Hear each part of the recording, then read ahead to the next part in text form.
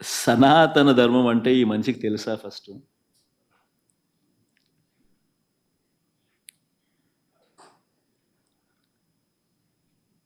సాక్షాత్తు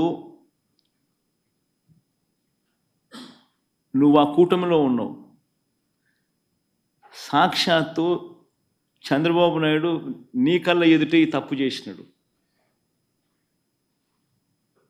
తప్పు అని నీకే కాదు, సామాన్యునికి 6 ఏళ్ల పిల్లోనికి కూడా కనిపిస్తా ఉంది, నీతో సహా. మరి నీ కళ్ళ ఎదుటే కనిపిస్తూ ఉన్నప్పుడు, నీ కళ్ళ ఎదుటే వెంకటేశ్వర స్వామి ప్రతిష్టను తగ్గిస్తూ, వెంకటేశ్వర స్వామి లడ్డు విశిష్టతను తగ్గిస్తూ, కావాలని దుర్బుద్ధితో రాజకీయాలతో రాజకీయ లబ్ధి పొందేందుకు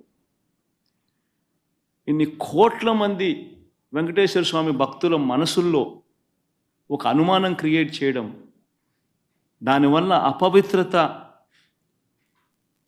తిరుమల తిరుపతి దేవస్థానానికి, తిరుమల తిరుపతి లడ్డు విశిష్టతకు తగ్గిస్తూ జరిగినప్పుడు, అందులో నువ్వు కూడా భాగమై, నువ్వు కూడా అది అబద్ధం అని తెలిసి, నువ్వు కూడా ఆ అబద్ధానికి రెక్కలు కట్టి, నువ్వు కూడా అదే దుష్ప్రచారాన్ని చేయడంలో నువ్వే అడుగులు ముందుకు వేస్తా ఉన్నప్పుడు, ఎక్కడ సనాతన ధర్మం గురించి నువ్వు మాట్లాడుతావు? కరెక్టేనా మనం చేసేది?